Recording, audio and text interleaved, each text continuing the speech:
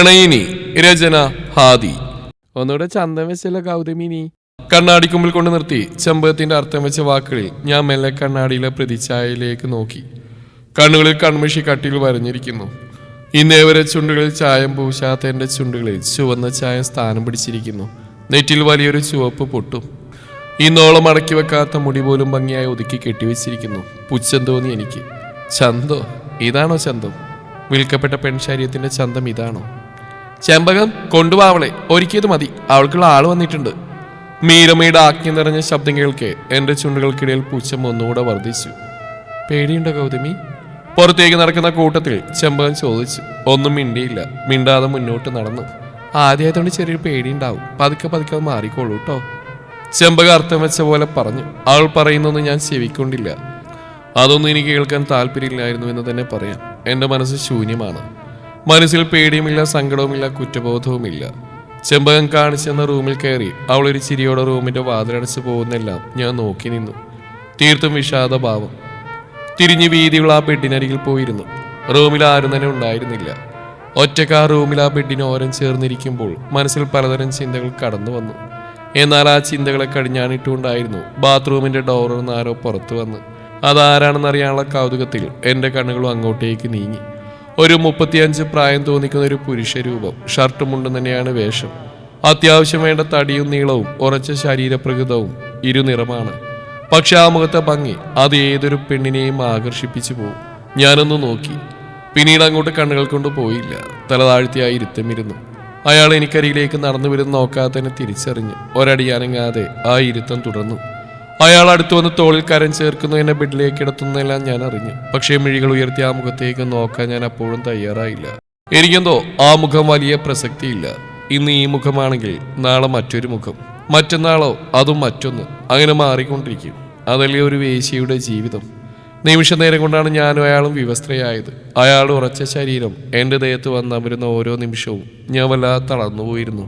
ശ്വാസമില്ലാതെ എടുക്കാൻ ബുദ്ധിമുട്ടുള്ള പോലെ. എൻ്റെ അവസ്ഥ മനസ്സിലാക്കിയെന്തോ അയാൾ പരമാവധി അഡ്ജസ്റ്റ് ചെയ്യുന്നുണ്ട്. അയാൾ എന്നെ ചുംബിച്ചുണർത്തുമ്പോൾ ഞാൻ ആഗ്രഹിക്കാത്ത പോലും എന്നിൽ നിന്ന് സീൽക്കാരങ്ങൾ ഉയർന്നു. ഒടുവിൽ വലിയൊരു നോവോടെ അയാൾ എന്നിലേക്ക് ചാഞ്ഞപ്പോൾ ഇരുകണ്ണുകളും ഞാൻ മുറുക്കെ മൂടിപ്പോയി.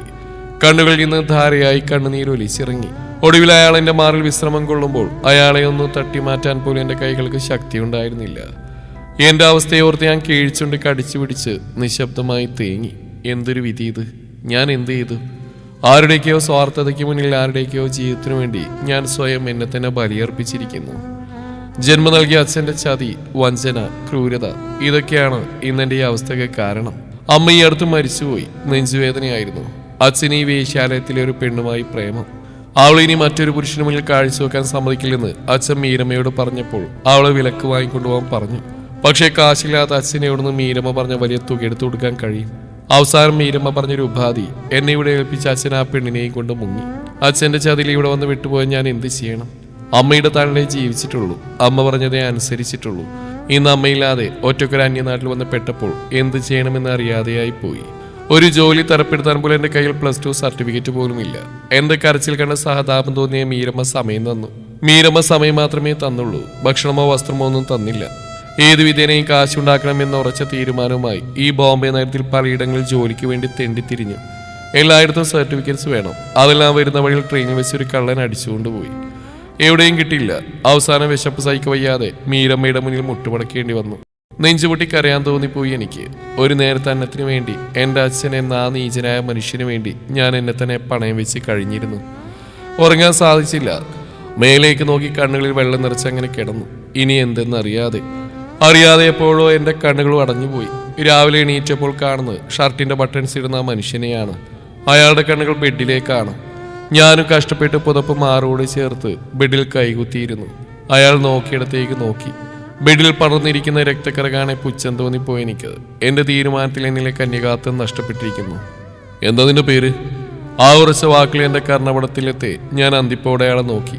ഷർട്ടിൻ്റെ ബട്ടൺസ് എല്ലാം ഇട്ട് കഴിഞ്ഞിട്ടുണ്ട്. തലമുടിയും കോതി വെച്ചിരിക്കുന്നു. ഗൗതമി. അയാളെ കണ്ണു നിറച്ച് നോക്കി ഞാൻ മറുപടി നൽകി. എന്നിലെ പരിശുദ്ധിയെ കളങ്കപ്പെടുത്തിയവനെ അവസാനമായി ഒരു നോക്കുകൂടെ കാണുകയായിരുന്നു ഞാൻ. അയാളൊന്ന് അമർത്തി മോളി തിരിഞ്ഞിടന്നു. ഇയാൾക്ക് എൻ്റെ അച്ഛനെ പോലെ ഭാര്യയും മകളും കാണില്ലേ? അന്ന് പകൽ മുഴുവൻ മീരമ്മേനെ പൊതിഞ്ഞു പിടിച്ച് നടന്നു. എന്തിനാണെന്ന് എനിക്ക് മനസ്സിലായില്ല. പക്ഷെ അവരെ ആ പൊതിഞ്ഞുപിടുത്തം എനിക്ക് വലിയൊരു ആശ്വാസമായിരുന്നു. രാത്രിയായതും ചെമ്പകം വീണ്ടും എന്നെ മാറ്റിയൊരുക്കി ആ റൂമിൽ കൊണ്ടാക്കി. ഹൃദയം നുറുങ്ങുന്ന വേദനയോടെ അടുത്ത ആളെ വരവേൽക്കാൻ ഞാൻ തയ്യാറെടുത്ത് ബെഡിലിരുന്നു. എന്നാൽ വാതിൽ കടന്നു വന്ന ആളെ കണ്ട് ഞാൻ ശരിക്കും അതിശയിച്ചു പോയി. ഇന്നലെ വന്ന തന്നിലെ പെണ്ണിനെ ആദ്യമായി അറിഞ്ഞ അതേ വ്യക്തി. ഇന്നലെ രാത്രിയിലെ നിമിഷങ്ങൾ വീണ്ടും ആവർത്തിക്കപ്പെട്ടു. പുലർച്ചെ കണ്ണുറന്നപ്പോൾ ആളെ കാണാനില്ലായിരുന്നു. പിന്നീടുള്ള രാത്രികൾ അയാൾ തന്നെയായിരുന്നു എനിക്കരികിൽ വന്ന്. മറ്റാരും വന്നില്ല. അല്ല, വരാൻ മീരമ്മ സമ്മതിച്ചിരുന്നില്ല. അയാളൊന്നും മിണ്ടിയില്ലെങ്കിലും പിന്നീടുള്ള ദിവസങ്ങളിൽ ഞാൻ അയാളെ ശ്രദ്ധിക്കാൻ തുടങ്ങിയിരുന്നു. സംഗമിക്കുന്ന വേളയിൽ അറിയാതെ പലപ്പോഴും കണ്ണുകളെടുക്കാൻ ഞാൻ അയാളെ നോക്കി നിന്ന് പോകും. മാറിൽ തലയാഴ്ച കിടക്കുമ്പോൾ പലതവണയായി അയാളുടെ വളർന്നു വന്ന മുടികളിൽ തലോടിപ്പോവും. ആ സമയം എന്നിലുണ്ടാവുന്ന മാറ്റങ്ങൾ എന്താണെന്ന് എനിക്ക് മനസ്സിലാവുന്നില്ല. പിന്നീട് ഞാൻ രാത്രി അയാളെ കാണാൻ കാത്തിരിക്കും. ഒരു മടുപ്പും കൂടാതെ വാമൊഴിയിലൂടെ പരസ്പരം സംസാരിച്ചെങ്കിലും അയാളുടെ കുഞ്ഞിക്കണ്ണുകൾ എന്നോട് പല കഥകളും പറയാറുണ്ട്. ചിലപ്പോൾ എന്നെ നെറ്റിയിൽ അമർത്തി ചുംബിക്കും. വാത്സല്യത്തോടെ എന്നെ ആ നെഞ്ചിൽ ചേർത്ത് പിടിക്കും. തലയിൽ തലോടും. ഒരു കുഞ്ഞു ചിരിയോടെ ഞാൻ അതെല്ലാം ഏറ്റുവാങ്ങും. പലപ്പോഴും എന്നെ നിയന്ത്രിക്കാൻ കഴിയാതെ ഞാൻ ആ നെഞ്ചിൽ ചുംബിച്ചു പോയിട്ടുണ്ട്. അതെ, ഈ വേശ്യക്ക് അവളുടെ ശരീരം പങ്കിടാമെന്നവനോട് പ്രേമം തോന്നാൻ തുടങ്ങിയിരിക്കുന്നു. രാത്രികാലങ്ങളിൽ അയാളുടെ സംരക്ഷണവും ചേർത്ത് പിടിക്കുക നറുചുംബനവും എല്ലാം എന്നെ ഒരു പ്രണയിനിയാക്കി മാറ്റിയിരുന്നു. എല്ലാ ദിവസത്തെയും പോലെ ഉച്ചയ്ക്ക് മീരമ്മയുടെ കൂടെ സമയം ചെലവഴിക്കുമ്പോഴായിരുന്നു അടിവയറ്റിൽ നിന്നൊരു ഉരുണ്ടുമറിച്ചിൽ. അതെന്റെ മുഖത്ത് പലതരത്തിലുള്ള അസ്വസ്ഥതകൾ സൃഷ്ടിച്ചു. ഒടുക്കം സഹിക്ക വയ്യാതെ വാപ്പുത്തി പിടിച്ച് വാഷ് ബേസിലേക്ക് ഒരു ഓട്ടമായിരുന്നു. മഞ്ഞ ദ്രാവകം ഛർദ്ദിക്കുമ്പോൾ മീരമ്മ ഓടി വന്ന് എന്റെ പുറത്ത് തഴുകുന്നുണ്ട്. വാടിത്തളർന്ന് അവിടെ തോളിൽ ചാഞ്ഞു. പ്രഗ്നൻസി കിറ്റിൽ തെളിഞ്ഞു കാണുന്ന രണ്ട് ചുവന്നവരെ കാണി എന്റെ കണ്ണുകൾ നിറഞ്ഞൊഴുകി. സന്തോഷിക്കണോ കരയണോ ഞാൻ? എന്റെ കൈകൾ എന്റെ ഉദരത്തിലേക്ക് നീണ്ടു. എന്റെ പ്രാണന്റെ കുഞ്ഞ്, ഞാൻ ആദ്യമായി നെഞ്ചിലേറ്റിയ എന്റെ പ്രണയത്തിന്റെ കുഞ്ഞ്. പക്ഷേ അദ്ദേഹം എന്റെ കുഞ്ഞിനെ അംഗീകരിക്കുമോ? അങ്ങേർക്കുമ്പിൽ ഞാൻ പല ആണുങ്ങൾക്കുമ്പിൽ കിടന്നു കൊടുക്കുന്ന വേശ്യയാണ്. ആ സ്ഥാനത്ത് ഇത് അദ്ദേഹത്തിന്റെ കുഞ്ഞാണെന്ന് പറഞ്ഞാൽ ഇതെന്റെ കുഞ്ഞാണെന്ന് ഞാനെങ്ങനെ വിശ്വസിക്കുമെന്ന് ചോദിക്കില്ലേ അദ്ദേഹം? പ്രഗ്നൻസി കിറ്റ് മീരമ്മയെ കാണിക്കുമ്പോൾ എന്റെ മനസ്സിൽ ഈ ചിന്തകളായിരുന്നു. പിന്നെ രാത്രിയിലേക്ക് ഒരു കാത്തിരിപ്പായിരുന്നു. ഒരിക്കലും കുഞ്ഞിനെ അദ്ദേഹത്തിന് നേരെ അടിച്ചേൽപ്പിക്കില്ല. ഞാൻ വളർത്തിക്കൊള്ളാം എങ്ങനെയും. വാതിൽ തള്ളി തുറക്കുന്ന ശബ്ദം കേൾക്കാൻ ഞാൻ ഞെട്ടലോടെ അങ്ങോട്ടേക്ക് നോക്കി. ധൃതി പിടിച്ചു വരുന്ന ഒരു മനുഷ്യൻ വല്ലാതെ കിതക്കുന്നുണ്ടായിരുന്നു അയാൾ. ഞാൻ മിഴിപോടെ അയാളെ നോക്കി. അയാൾ പാഞ്ഞു വന്ന് എന്നെ പൂണ്ടടക്കം കെട്ടിപ്പിടിച്ചു. മുഖം മുഴുവൻ ചുംബനങ്ങൾ കൊണ്ട് മൂടി. അയാളുടെ കണ്ണുകൾ വല്ലാതെ ചുവന്ന് മറിഞ്ഞിട്ടുണ്ട്. അയാളെ സ്തംഭിച്ച് നോക്കാൻ എന്നെ കൊണ്ട് കഴിഞ്ഞുള്ളൂ. അയാൾ എനിക്ക് കീഴെ മുട്ടുകുത്തിയിരുന്ന് വയറിലെ സാരി നീക്കി എന്റെ നഗ്നമായ വയറിൽ തുരുതുരാ ചുംബിച്ചു. ആകെ ഞെട്ടിത്തരിച്ചു പോയി ഞാൻ. ഒന്നും മനസ്സിലാവാതെ ഞാൻ അയാളെ മിഴിച്ചു നോക്കി. ഗൗതമി, ഇനി ഇവിടെ ഒരു നിമിഷം പോലും നിൽക്കണ്ട, നമുക്കിറങ്ങാം. കണ്ണുകളിൽ പൊടിഞ്ഞ കണ്ണുനീരിനെ തുടച്ചു മാറ്റി അയാൾ എന്നോടൊരു അപേക്ഷ പോലെ ചോദിച്ചു. ഞാൻ സംശയത്തോടെ അയാളുടെ കണ്ണുകളിലേക്ക് നോക്കി. ഗൗതമി, എന്റെ കൂടെ വരില്ലേ താൻ? അയാളുടെ സ്വരം നേർത്തുപോയി. ആദ്യമായിട്ടാണ് ഇത്രയും അധികം വാക്കുകളോട് അയാൾ എന്നോട് സംസാരിക്കുന്നത്. അയാളുടെ വാക്കുകളിൽ അപേക്ഷയായിരുന്നു. എന്നിൽ നിന്നെന്തോ ചോദിക്കുന്ന പോലെ. എന്റെ കുഞ്ഞിനെയാണോ ചോദിക്കുന്നത്? ഇല്ല, തരില്ല, എനിക്ക് വേണം, വിട്ടുതരില്ല ഞാൻ അയാളെ പിന്നിലേക്ക് തള്ളി ബെഡിൽ നിന്ന് എന്റെ വയറിനെ ചുറ്റി വരിഞ്ഞ അയാൾ നോക്കി. ചോദിക്കരുത്, തരില്ല ഞാൻ. ജീവിതത്തിൽ സ്നേഹിക്കാനോ സ്നേഹിക്കപ്പെടാനോ ആരും ഇല്ലാത്തവളാണ് ഞാൻ. ദൈവം നിങ്ങളിലൂടെ എനിക്ക് തന്ന നിധിയാ എന്റെ കുഞ്ഞ്. തരില്ല ഞാൻ, ചോദിക്കല്ലേ, അപേക്ഷയാ. അയാളുടെ നേരെ കൈകൾ കൂപ്പി ഞാൻ പൊട്ടിക്കരഞ്ഞു. എന്നാൽ അയാൾ വീണ്ടും എന്നെ ഇറുകെപ്പണന്നു. ഞാൻ ചോദിച്ചത് നമ്മുടെ കുഞ്ഞിനെ മാത്രമല്ല ഗൗതമി, നിന്നെയും കൂടെയാ. എനിക്ക് വേണം നിന്നെയും നമ്മുടെ കുഞ്ഞിനെയും. നിന്നെപ്പോൾ തന്നെ ഞാനും ആരാരും ഇല്ലാത്തവനാ. എൻ്റെ ജീവിതത്തിലേക്ക് വിധിയോടെ കടന്നു വന്നവളാ നീ. ഒരുപാട് ആശകളും സ്വപ്നങ്ങളും ഒരുമിച്ച് തന്നവളാ. എനിക്ക് ജീവിക്കണം നിന്റെ കൂടെ, നമ്മുടെ കുഞ്ഞിന്റെ കൂടെ. വരില്ലേ താൻ എൻ്റെ കൂടെ? എന്റെ ചുമലിൽ മുഖം അമർത്തി പറയുന്നയാൾ ഞാനൊരു പൊട്ടിക്കരച്ചിലോടെ അയാളുടെ നെഞ്ചിലേക്ക് ചാഞ്ഞു. തിരികെ അതിരാവിലെ അയാളുടെ കാറിൽ എവിടേക്കെന്നറിയാതെ ഞാനും ഉണ്ടായിരുന്നു. എന്റെ മിഴികൾ കാർ ഓടിക്കുന്ന അയാളിലാണ്. വളരെ പതുക്കെയാണ് കാർ ഓടിക്കുന്നത്. ഒരു ദിവസം രാവിലെ ബാൽക്കണി വഴി ഞാൻ കണ്ടിരുന്നു മുറ്റന്ന് ചീറിപ്പാഞ്ഞു പോകുന്ന ഇദ്ദേഹത്തിന്റെ കാറ്. ഇപ്പം എന്താണ് ഇത് പതുക്കെ ഓടിക്കുന്നത്? അറിയാതെ എൻ്റെ ചുണ്ടിലൊരു ചിരി വിരിഞ്ഞു പോയി. ഒരു ഡോക്ടറെ കാണാനിരിക്കുമ്പോൾ ഞാൻ ആഗ്രഹിക്കാതെ പോലും അദ്ദേഹം എൻ്റെ കൈകൾ ചേർത്തിരുന്നു. ഞാൻ അറിയുകയായിരുന്നു എൻ്റെ അമ്മയിൽ നിന്നില്ലാതെ മറ്റൊരാളിൽ നിന്ന് ലഭിക്കുന്ന സ്നേഹവും പരിഗണനയും പരിചരണവും. 3 മാസം റെസ്റ്റ് പറഞ്ഞു. ഡോക്ടർ പറയുന്ന ഓരോന്ന് എന്നേക്കാളേറെ ശ്രദ്ധയോടെ കേട്ടിരുന്ന അയാളാണ്. പുതിയ കാര്യങ്ങൾ ഓരോന്നും ചോദിച്ചറിയുന്നുണ്ട്. പിന്നീട് ചെന്നിരുന്ന ഒരു കുഞ്ഞ് വീണ്ടുമ്പിലാണ്. വാർപ്പിന്റെ ഒറ്റ നില വീട്. സുഖ സൗകര്യങ്ങളെല്ലാം ഏറെയാണ്. കാറിൽ ഇരുന്നുകൊണ്ട് തന്നെ ഞാൻ ആ വീടിനെ വീക്ഷിച്ചു. അദ്ദേഹം എൻ്റെ ഭാഗത്തുള്ള ഡോർ വന്ന് എന്നെ എടുത്തുയർത്തി. ഞാനൊരു പകപ്പോടെ അദ്ദേഹത്തെ നോക്കി. ഡോക്ടർ റെസ്റ്റ് പറഞ്ഞല്ലേ, ഇനി ഞാനുണ്ടാകുമ്പോൾ നടക്കണ്ട. അയാൾ ഒരു ചിരിയോട് അത്രയും പറഞ്ഞ് എന്നെ എടുത്തുകൊണ്ട് ആ വീടിന്റെ പടി കയറി. ആദ്യം കൊണ്ടുവന്ന പൂജാമുറിയിലേക്കായിരുന്നു. എന്നെ താഴെ ഇറക്കി അദ്ദേഹം ചിരിച്ചു കാണിച്ചു. ഞാനൊന്നും മനസ്സിലാവാതെ അദ്ദേഹത്തെ നോക്കി. ഷർട്ടിന്റെ കീശയിൽ നിന്ന് എന്തോന്നെടുത്ത് എനിക്ക് നേരെ ഉയർത്തിപ്പിടിച്ചു. ഒരു സ്വർണ്ണത്താലിമാല. അമ്പലത്തിൽ നിന്ന് പല മന്ത്രങ്ങൾ കൊണ്ടും അഗ്നിയെ വലയം ചെയ്തും കെട്ടുന്നതാണിത്. പക്ഷെ തനിക്ക് ബെഡ് റെസ്റ്റ് പറഞ്ഞില്ലേ, തൽക്കാലം ഇപ്പോൾ ഇവിടെ വെച്ച് ആ കർമ്മങ്ങൾ നിർവഹിക്കാം. എന്റെ കണ്ണുകളിലേക്ക് നോക്കി ഒരു കുഞ്ഞു ചിരിയോടെ ചോദിക്കുന്നവൻ. എന്റെ കണ്ണുകൾ അറിയാതെ നിറഞ്ഞുപോയി. ജീവിതത്തിൽ ഒരിക്കൽ പോലും ആശിക്കാത്ത കാര്യമാണ് ഒരു വ്യക്തിയുടെ താലി. പക്ഷേ എന്നു മുതൽ ഇദ്ദേഹത്തിന്റെ മുമ്പിൽ വന്നിരുന്നു അന്നു മുതൽ ഞാൻ അദ്ദേഹത്തിന്റെ കൈകൊണ്ട് ചാർത്തുന്ന താലി ആഗ്രഹിച്ചു തുടങ്ങിയിരുന്നു. ഞാൻ അദ്ദേഹത്തിന്റെ നെഞ്ചിലേക്ക് ചാഞ്ഞുപോയി. അദ്ദേഹം എന്നെ പൊതിഞ്ഞു പിടിച്ച് എന്റെ നെറ്റിയിൽ ഒരു കുഞ്ഞു ചുംബനം നൽകി. അദ്ദേഹത്തിന്റെ കൈകൊണ്ട് എന്റെ കഴുത്തിൽ ആ താലിമാല വീണു. സീമന്തരേഖ ചുവപ്പിച്ച് അവിടെ വീണ്ടും അദ്ദേഹം ചുംബനം ചാർത്തി. ആ സമയം എന്റെ കണ്ണുകൾ എന്റെ നെഞ്ചിൽ പറ്റിച്ചേർന്ന് കിടക്കുന്ന ലോക്കറ്റിലായിരുന്നു. അതിൽ എഴുതി ചേർത്തിരിക്കുന്നു ഹർഷൻ. ഹർഷൻ എന്നാണോ എന്റെ പ്രണയത്തിന്റെ പേര്? എന്റെ കണ്ണുകൾ പിന്നെയും പെയ്തിറങ്ങി. അച്ഛന്റെയും അമ്മയുടെയും പ്രണയമായിരുന്നു. അത് ഒളിച്ചോട്ടം. കുടുംബക്കാരാരുമില്ല. അമ്മ എനിക്കൊരു 10 വയസ്സുള്ള മരിച്ചുപോയി. പിന്നെ ഉണ്ടായിരുന്ന ഒരു അച്ഛനായിരുന്നു. അദ്ദേഹത്തെ പരിചരിച്ചും സ്നേഹിച്ചും ജീവിക്കുകയായിരുന്നു. അതിനിടയിൽ ആ മോഹിനിയായിട്ടുള്ള എന്റെ വിവാഹം കഴിയുന്നു. ഒരു അറേഞ്ച്ഡ് മാരേജ് ആയിരുന്നു. 1.5 വർഷം നീണ്ടു നിന്ന ദാമ്പത്യ ജീവിതം. എനിക്ക് കുട്ടികളുണ്ടാവില്ലെന്ന് പറഞ്ഞ് മോഹിനിയാളുടെ വീട്ടുകാർക്ക് മുമ്പിൽ എന്നെ അപമാനിച്ചു. കാമുകന്റെ കൂടെ ഇറങ്ങിപ്പോയി. മകന്റെ ജീവിതം തകർന്നതാണ്. അച്ഛനും അധികം വൈകാതെ യാത്രയായി. പിന്നീട് ഒറ്റപ്പെടലിന്റെ കാലമായിരുന്നു. അങ്ങനെ ആ മീരമയെ കണ്ടുമുട്ടിയത്. എനിക്ക് ശരീരം പങ്കിടാൻ ഒരു സ്ത്രീയെ മാത്രമായിരുന്നില്ല ആവശ്യം.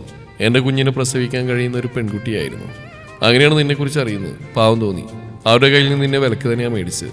നിന്നെ ഞാനല്ലാതെ മറ്റൊരാളും തൊടാൻ പാടില്ലെന്ന് ഞാൻ പ്രത്യേകം അവരോട് പറഞ്ഞിരുന്നു.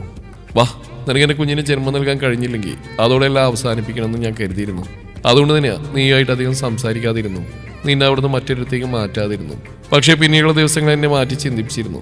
നിനക്ക് എൻ്റെ കുഞ്ഞിന് ജന്മം നൽകാൻ കഴിഞ്ഞില്ലെങ്കിലും നിന്നെ കൂടെ കൂട്ടണമെന്ന് ഞാൻ തീരുമാനിച്ച് ഉറപ്പിച്ചു കഴിഞ്ഞിരുന്നു. നീ ഞാൻ പോലും അറിയാതെ എൻ്റെ ഹൃദയത്തിൽ കയറി പറ്റിയിരുന്നു. എനിക്ക് പ്രണയമാണ് പെണ്ണെ നിന്നോട്. അടങ്ങാത്ത തീരാത്ത പ്രണയം. എന്നെ നെഞ്ചിൽ കിടത്തി പതുക്കെ തലോടിയായിരുന്നു അദ്ദേഹത്തിന്റെ ജീവിതകഥ പറഞ്ഞു ചേർത്ത്. എനിക്കൊന്നും തോന്നിയില്ല.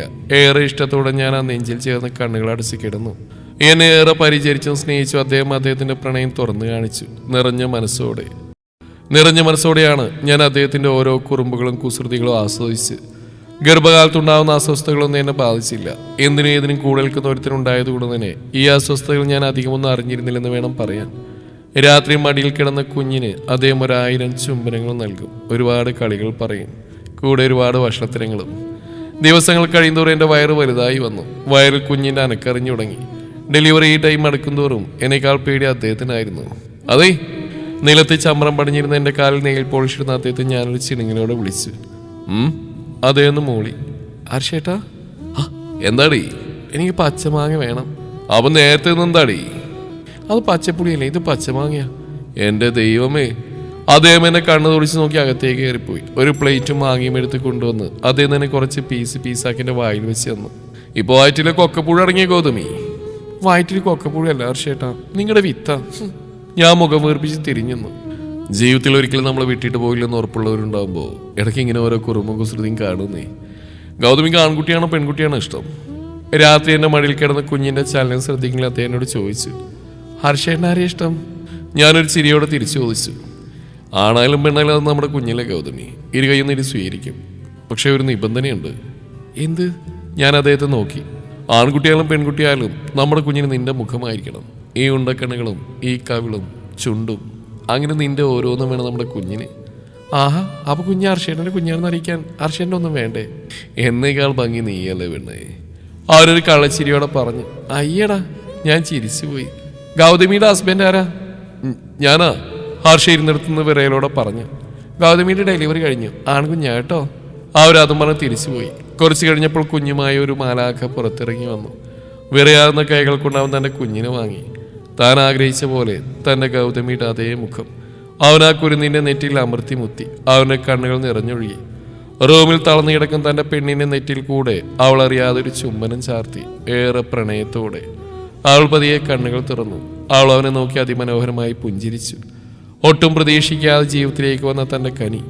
അവളുടെ ആ ജീവിതം അവസാനിച്ചു എന്ന് കരുതിയെടുത്തുനിന്ന് ഒരു പുതിയ ജീവിതം ആരംഭിക്കുകയായിരുന്നു.